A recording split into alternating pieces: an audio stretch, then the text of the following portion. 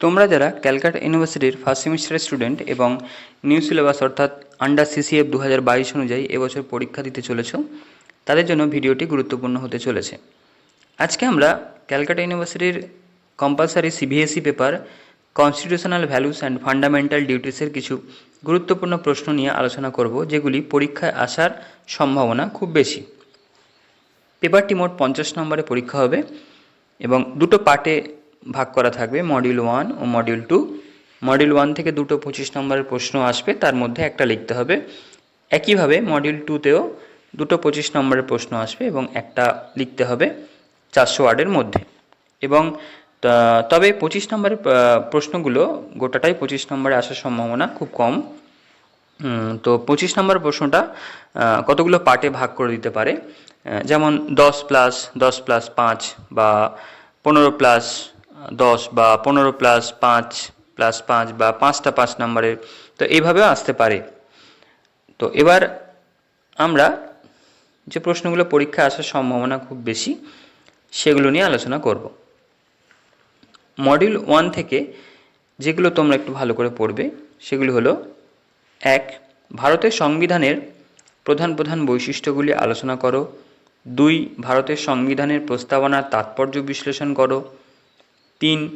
ভারতের সংবিধানের প্রস্তাবনায় উল্লেখিত ন্যায় বিচার, স্বাধীনতা, সাম্য শব্দগুলির অর্থ বা তাৎপর্য বিশ্লেষণ করো। ভারতের সংবিধানে উল্লেখিত সাম্যের অধিকারের প্রকৃতি আলোচনা করো। 5. ভারতের সংবিধানে উল্লেখিত স্বাধীনতার অধিকারটি আলোচনা করো। 6. মৌলিক অধিকার কাকে বলে এবং অধিকার ও মৌলিক অধিকারের মধ্যে পার্থক্য কোথায়? 7. আইনের অনুশাসন নীতি কাকে বলে? ভারতীয় সংবিধানের অধীনে আইনের শাসন সম্পর্কে আলোচনা করো বা ভারতের সংবিধানে আইনের অনুশাসন নীতির অবস্থান পর্যালোচনা করো। 8 নম্বর প্রশ্ন: ক্ষমতা স্বতন্ত্রীকরণ নীতি বলতে কী বোঝো?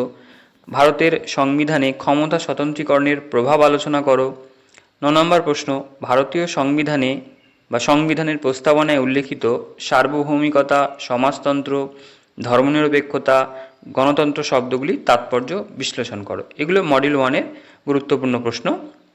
তো এর মধ্যে যেগুলো স্টার্ট দেওয়া আছে সেগুলো একটু ভালো করে দেখবে এবং যেগুলো দেওয়া নেই সেগুলো অবশ্যই পড়তে হবে, তবে স্টার্ট দেওয়াগুলো একটু বেশি ভালো করে দেখে নেবে তোমরা। আর মডিউল 2 থেকে যে প্রশ্নগুলো বিশেষ গুরুত্বপূর্ণ সেগুলো হচ্ছে: 1 নম্বর, ভারতের সংবিধানের 4র্থ অংশে উল্লেখিত মৌলিক কর্তব্যগুলি সম্পর্কে আলোচনা করো। বা এই প্রশ্নটা অন্যভাবে আসতে পারে, যেমন ভারতীয় সংবিধানের 51 ক ধারায় উল্লেখিত মৌলিক কর্তব্যসমূহের উল্লেখ করো।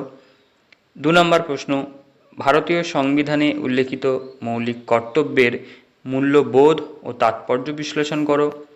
3 নম্বর প্রশ্ন, ভারতীয় সংবিধানে উল্লিখিত মৌলিক কর্তব্যের আইনি মর্যাদা বা আইনি অবস্থান পর্যালোচনা করো। 4 নম্বর প্রশ্ন, ভারতীয় সংবিধানে উল্লিখিত মৌলিক কর্তব্যের সীমাবদ্ধতার দিকগুলি পর্যালোচনা করো। তো এগুলো তোমরা ভালো করে পড়বে মডিউল 2 থেকে। এখানেও একই ব্যাপার, যেগুলো স্টার্ট দেওয়া আছে সেগুলো একটু বেশি গুরুত্বপূর্ণ, সেগুলো একটু ভালো করে অবশ্যই দেখে যাবে এবং অন্যান্য প্রশ্নগুলো অবশ্যই দেখবে। তো ভিডিওটি ভালো লাগলে লাইক ও সাবস্ক্রাইব করে দিও।